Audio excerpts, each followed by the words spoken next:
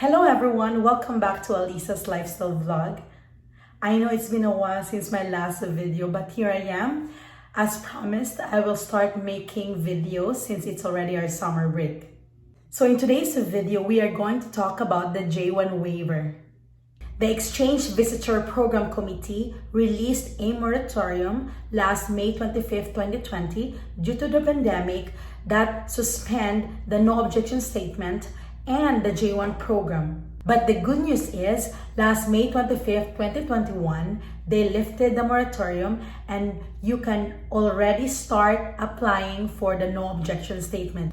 After a year of evaluation of the program, the EVP decided to make some changes because they believe that the J1 program should be aligned to the national interest of our Philippine government. Before going to the changes, let me talk about how to qualify for the No Objection Statement and why do we need the No Objection Statement. Hello everyone, I hope you can subscribe and follow me at Alisa Lifestyle Vlog. Thank you so much. As a J1 teacher, you are aware that the program is only for 3 years and there is an optional extension for 2 years. So the maximum program for teachers is 5 years. And after the program, you are expected to go home to your home country and share whatever knowledge and skills that you have learned here in the United States. But there are ways for you to continue your stay here in the United States without going home to your home country. And that is why you need a waiver. So not all J1 participants can avail for the waiver. So there are certain eligibility requirements. A no objection statement is one of the bases for the waiver. And most of the time, it is the easiest way to get it in the past. So why did I say in the past? Because as I mentioned, there are changes that the EVP made after a year of evaluation. So this is what I'm going to discuss with you today. In the past, in order to qualify for the No Objection Statement, here are the qualifications for you to be granted with the No Objection Statement. A participant must be married with a U.S. citizen spouse or a legal permanent resident spouse.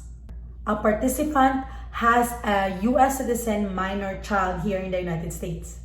A participant has an ailing family member. A participant is a religious worker in a recognized denomination.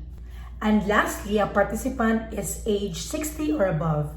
So those are the eligibility requirements. So if you are one of those, you are qualified to get the No Objection Statement. In the past, once you submit the required documents, after 3 months, you will be getting your No Objection Statement that they will submit to the Department of State for your J1 waiver. In my case, I also applied for a J1 waiver last 2019. I submitted all the requirements. I submitted the birth certificate of my daughter, who is a US citizen, and other requirements. So if you haven't watched that, I will put the link in the description box for the complete process for the J1 waiver. So I already made a video about that. So that was the process in the past. Now, what are the changes? So the EVP noticed a lot of applications based on marriage to a U.S. citizen spouse or having a U.S. citizen child. So the EVP will not anymore automatically give a no objection statement for those bases. So they said that those individuals with highly meritorious circumstances are the only ones who will get the no objection statement for the J1 waiver. So who will get the no objection statement now?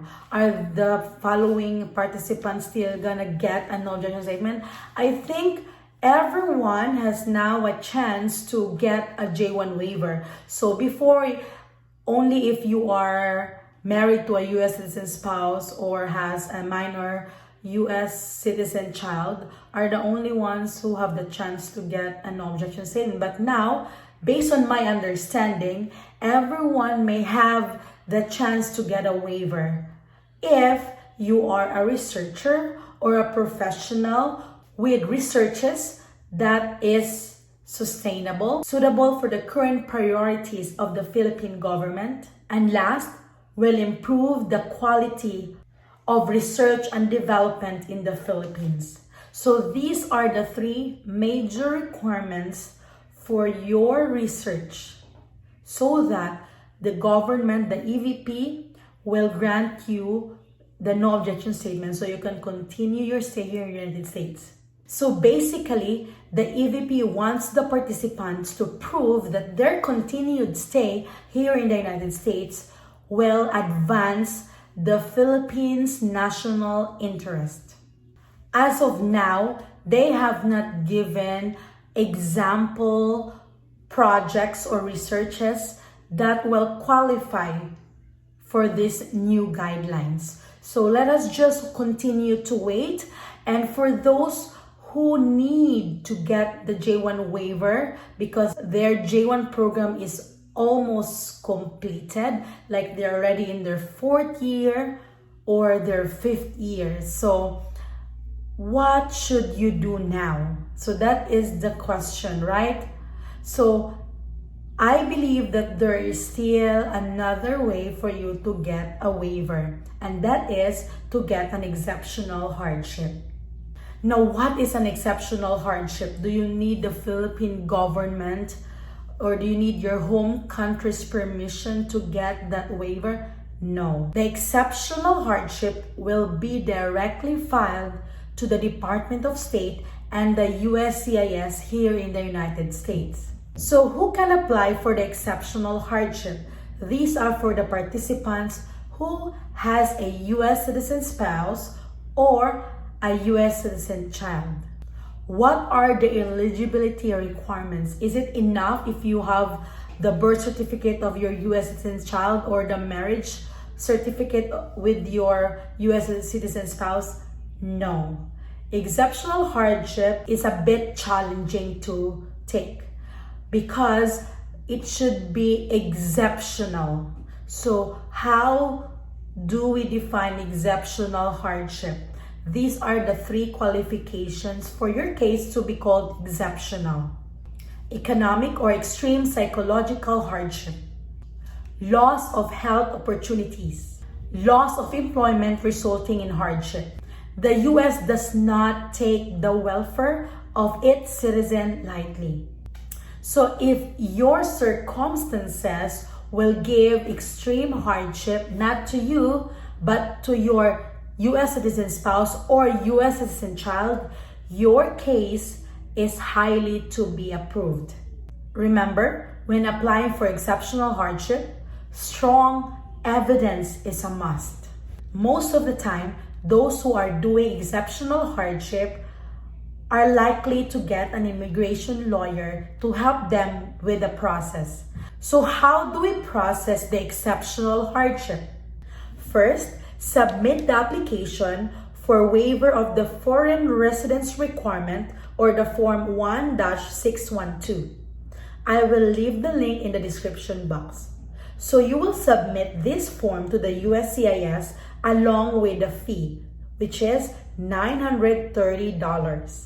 There will be a long waiting time for exceptional hardship because USCIS will have to carefully analyze each case and make sure that each case will be considered exceptional before they release the approval.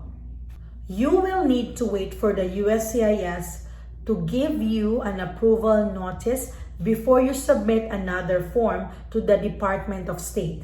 Once you receive the approval notice from the USCIS, you can submit the general waiver application to the US Department of State. So this is the last step.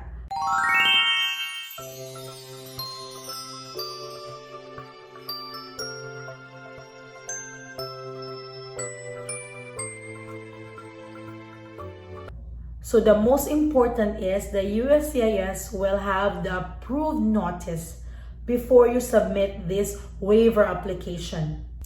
I know that this is a very challenging time. My advice to you is to seek for an immigration lawyer if you want to process for exceptional hardship, so that your case will have higher chance for approval, because immigration lawyers know the ins and outs in immigration. So I hope that you find this video helpful, and if you have any questions, please comment down below and I will try my best to find answers for you. So thank you once again for watching this video, and I hope to see you in my next video. Have a nice day. Bye everyone.